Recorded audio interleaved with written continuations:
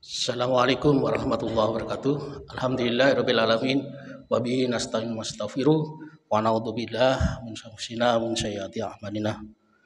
Asyhadu an la ilaha illallah, asyhadu anna Muhammadan abduhu wa rasuluh. Amma ba'du. Jamaah salat subuh dirahmati Allah. Saya masih teringat waktu saya masih muda. Waktu itu saya sering kumpul sama para kiai itu masih muda itu. Ada tembang-tembang yang sering disampaikan ya, dan itu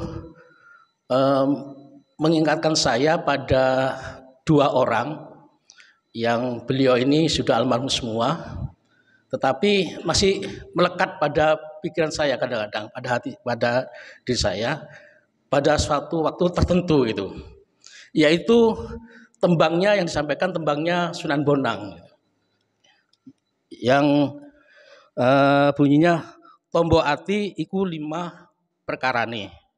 Kaping pisan maca Quran lan sak manane. Kaping pindho salat wengi lakonono. Kaping telu wong kang soleh kumpulono. Kaping papat kudu weteng ingkang luweh. Kaping 5 dzikir wengi ingkang suwe. Salah sawijine sapa bisa nglakoni mugi-mugi Allah nyembadani. Ternyata ini semua Ustadz Mujiono kemarin menyampaikan tentang dzikir ya. Ada yang menyampaikan tentang sholat malam, tentang bacaan Al-Quran. Kemarin Ustadz Ridho menyampaikan. Kemudian berkumpul dengan orang-orang soleh sudah disampaikan di sini. Ternyata 5 hal ini kalau kita amati, kita lakukan itu ada sesuatu yang qadarullah. Allah akan berikan kemudahan bagi kita.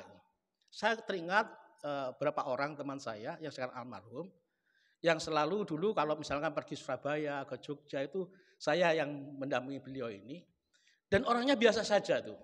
Tapi kalau saya lihat dalam kehidupan sehari-harinya, Masya Allah itu. Memang kalau di Indonesia itu jam kerja itu jam 7 ya, jam 6.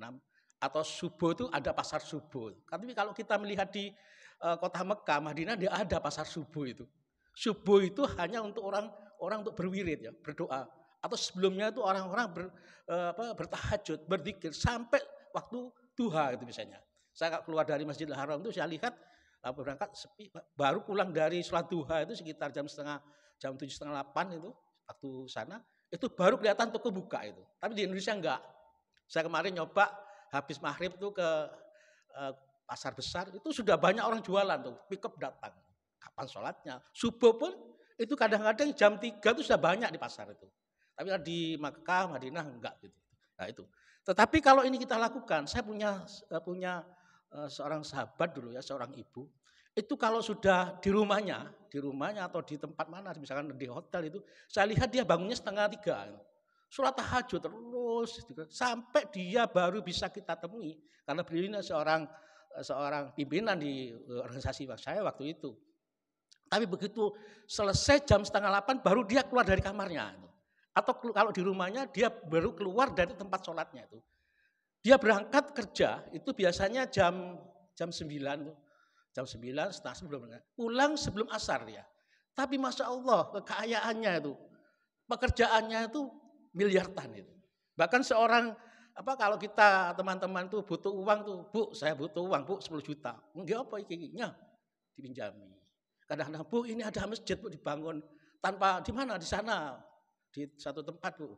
Tiba-tiba ada kata informasinya dari petani, barusan ada orang naruh semen itu 1 pickup gitu. Bu, ini ada SD, Bu, enggak punya seragam, Bu. Butuh berapa gitu. Kayaknya butuh sekian. Ya wis, iki tak tukokno 2 bis gitu. Tapi sekarang almarhum beliau. Juga teman saya di Jember ada seorang ya istilahnya setengah kiai ya gitu. Setengah kiai. Tapi ini yang masih hidup. Dia seorang penjual es. Dia jualan es di dekat rel. Jadi ada mau masuk ke pelapangan sport ya gitu. Tapi anehnya walaupun dia jual es, dia bisa naik haji itu. Dengan cara yang Allah tidak duga-duga itu. Tidak diduga dia bisa naik haji. Orang sak kampung belum naik haji, beliau sudah naik haji itu. Saya ingat saya. Apa yang dilakukan? Dilakukan itu setiap malam dia bangun itu. bangun, kalau ke musola itu pasti sebelum jam 3 sudah ada di musola itu. Alhamdulillah di masjid ini ada adzan awal ya, Pak Reko, ada Pak Bakhtiar, kesempatan buat kita. Gitu. Walaupun kita nanti nggak bisa maksimal, tapi mari kita paling enggak adzan awal kita sholat tahajud, ya dzikir, baca Quran. Alhamdulillah di sini kalau saya lihat kalau syuruk itu ada 4-5 orang. Sehingga apa? Masjid ini barokah gitu. Saya lihat masjid ini kok barokah ya. Banyak orang di luar Masjid Ahmad Dahlan mengatakan, Pak di Ahmad Dahlan kok bisa yang adakan ini. Dari mana dananya? Enggak tahu. Kita mungkin dari doa-doa para jamaah yang ada di sini. Baca Quran, oke, siap. Kemudian sholat wengi, insya Allah ya. Kita lihat, kita subuh sebelumnya sudah bangun. Kemudian wong kang soleh, kita kumpul dengan orang soleh. Yang kita bicarakan di sini adalah hal yang baik, kebaikan. Tidak ada di masjid ini berbicara tentang hal yang tidak baik, itu baik orang soleh. Kemudian zikir, banyak ada zikir pagi, zikir sore. Kemudian puasa, insya Allah di sini jamaah sini terbiasa untuk berpuasa, baik puasa Ramadan maupun sunnah. Mudah-mudahan apa yang kita lakukan ini, mari bersama-sama menjaga baik secara pribadi maupun secara jamaah. Mari kita bersama-sama, mudah-mudahan apa yang kita lakukan ini bersama-sama bisa memberikan rasa tentram, damai, dan bisa memakmurkan masjid ini. Mudah-mudahan ini yang bisa saya sampaikan, mudah-mudahan bermanfaat. Assalamualaikum warahmatullahi wabarakatuh.